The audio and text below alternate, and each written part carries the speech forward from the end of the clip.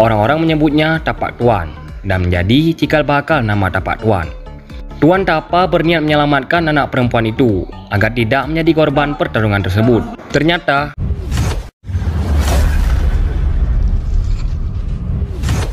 Assalamualaikum warahmatullahi wabarakatuh. Kisah Tapak Tuan dari Aceh Selatan. Jika di tanah Minang, Sumatera Barat, ada legenda maling kundang dengan jejak batu menyerupai orang sedang bersujud di kawasan pantai air manis, maka di Aceh ada legenda Tuan Tapa dengan jejak tersohor berupa tapak kaki raksasa selebar 2,5 meter dan panjang 6 meter di Gunung Lampu. Tapak Tuan merupakan ibu kota Aceh Selatan. Kota ini terletak sekitar 500 km dari ibu kota Aceh. Nah, rakam tua. Tapak Tuan berasal dari dua suku kata tapak dan tuan. Penamaan itu tidak terlepas dari legenda Tuan Tapa dan keberadaan tapak kaki raksasa di sana. Legenda ini menjadi cerita rakyat turun-temurun dan dipercayai hingga saat ini. Dahulu kala, hidup seorang petapa sakti bertubuh raksasa bernama Syekh Tuan Tapa. Ia sering bertapa atau bersemedi untuk mendekatkan diri kepada Tuhannya di sebuah bukit yang kini disebut Gunung Tuan Tapa di Tapak Tuan. Suatu ketika, ada sepasang naga dari daratan Tiongkok menemukan bayi perempuan manusia dengan tanda tahi lalat di perut terapung, sendirian di tengah lautan Samudra Hindia. Mereka menyelamatkan bayi itu dan merawatnya hingga tumbuh jadi anak perempuan di bukit yang kini disebut Gunung Alur Naga. Nah, wawam tua semua. Konon katanya beberapa tahun lalu keberadaan sepasang naga dan anak perempuan itu sampai ke telinga raja dan permaisuri kerajaan Asralanoka, sebuah kerajaan di kawasan Samudra Hindia. Raja dan permaisuri itu kehilangan anak perempuannya ketika berlayar di Samudra Hindia beberapa tahun silam. Mereka curiga anak perempuan yang dirawat kedua naga adalah anak mereka. Setelah mengecek sendiri, raja dan permaisuri yakin bahwa anak perempuan itu adalah anaknya. Mereka memintanya kepada kedua naga, kan tetapi ditolak. Mereka pun membawa lari anak perempuan itu ke kapal dan pergi menyusuri lautan. Nah, wak-wak tua semua, kedua naga pun marah dan mengejar mereka hingga terjadi pertempuran di atas lautan. Pertempuran itu mengusik persemedian Tuan Tapa. Ia keluar dari gunung dan melangkahkan kaki kanan di karang untuk melontarkan tubuh ke laut tempat pertempuran. Jejak kaki itu membekas di karang yang kini disebut Gunung Lampu.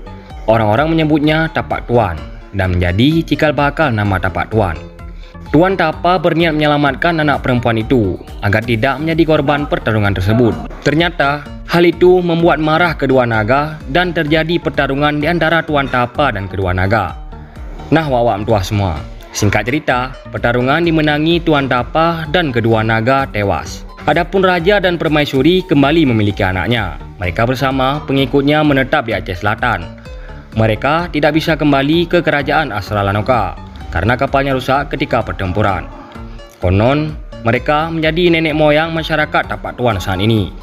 Cerita legenda itu diyakini masyarakat setempat hingga sekarang. Ada sejumlah bukti yang diyakini, antara lain tapak kaki raksasa Tuan Tapa di Gunung Lampu. Ada pula karang yang menyerupai topi dan kopiah Tuan Tapa yang terlepas ketika pertarungan yang terletak 50 meter dari tapak kaki raksasa. Ada karang berbentuk hati di desa Batu Hitam dan sisik naga di desa Batu Merah, yang letaknya sekitar 5 km dari jejak kaki raksasa tersebut.